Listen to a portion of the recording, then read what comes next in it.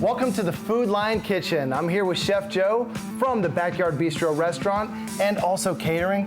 Thank you so much for joining me. It was my pleasure. Thank you for having us today. All right, so you know I'm a meat and potatoes kind of guy. We're in the right kitchen today then. What are we going to be cooking? We're going to do a smoked St. Louis style rib.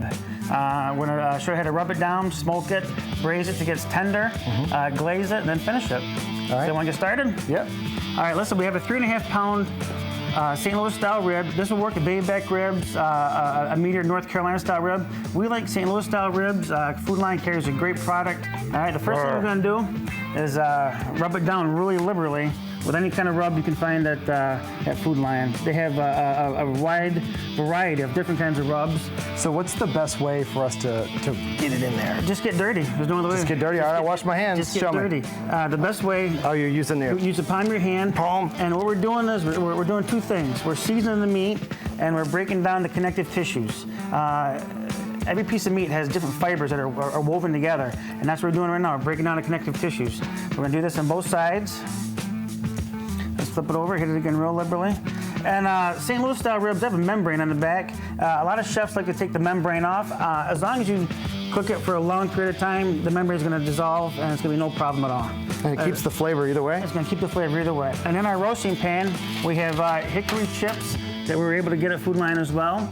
And what you can buy these at Food Lion as well? Buy these at Food Lion. Wow. We're going to hit it with just a little tiny bit of apple juice. Just regular? Just regular old apple juice. It's going to keep the chips moist and it's going to add a little bit of sweetness to it. Cool. All right, so let's put our rack on top. Just set it right like this? On top. Yeah. We're going to put our ribs on top of the rack, and then we're going to hit it with a little bit of aluminum foil. I got the stove on medium heat. The burner is going to act as the smoker. It's going to interact with those wood chips. Okay. And in a couple of seconds, you're going to start seeing smoke coming out. Got some heat implemented to it. A little flavor coming out. A little flavor coming out. You can smell it. It's smoking.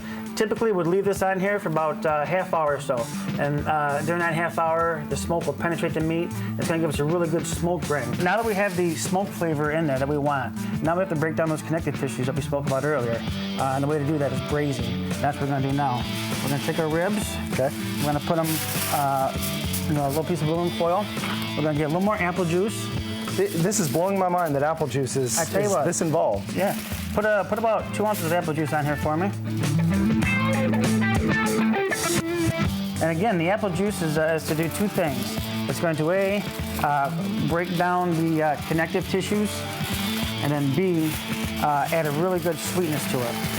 All right, let's fold that over. We have a 350-degree oven here. We're going to pop it into for about 3 hours or so. So while we got our ribs in the oven, we're going to do a side dish. It's called salt potatoes. Okay. And it's a little dish that I grew up with in upstate New York. These are the white creamer beef potatoes we picked up at Food Lion. We got about a gallon of water and about a quarter cup of salt. We brought that to the boil. We added our potatoes, cooked them till they're al dente. That took about 20-25 minutes or so. And then we got about 3 or 4 sticks of butter, and we browned it off. We're going to take our potatoes. We got our handy dandy spider. And it's very simple. We're just going to toss the potatoes. Because it's cooked in such a high concentrated of salt water, there's no need at all to add salt to the potatoes afterwards. Okay. And so you don't skin these? You just take them straight as? We wash them and take them straight out as is. So what are we putting on here now? We're putting, for a little bit of color, a little bit of flavor, just dry parsley. That's it. Dry parsley. That's it. We're going to garnish with dry parsley, cracked black pepper, and then we're just going to coat it. That's it. All right, Mike, now that we got the potatoes done, they're coated nice. Let's get the ribs out of the oven and let's plate this thing. I can't wait. Let's do it. All right. Ooh, those look delicious. All right, to finish them, we just hit them with some of our favorite barbecue sauce. When you're slicing these, you want to cut between each bone. Okay. And usually about 4 bones is a portion size. What's a man size? Maybe 6 bones. 6 bones. Let's do 6. That's all we're going to do is we're going to find where the bone begins. Let's follow our knife right down. Couple salt potatoes. All right, Chef Jeff, so it's the moment of truth. The moment of truth. I'm gonna go ahead and take one of these ribs.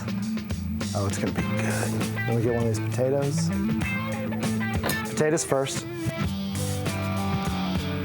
That's delicious. Good, right? Mm-hmm. The ribs, I gotta use my hands. Here we go. Oh my God, that is great. Good deal. There's so much flavor in here. Good deal.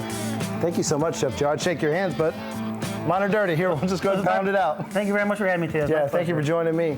If you want any information on any of the recipes or ingredients that we got here at Food Line, make sure you go to our website, mycarolinatoday.com.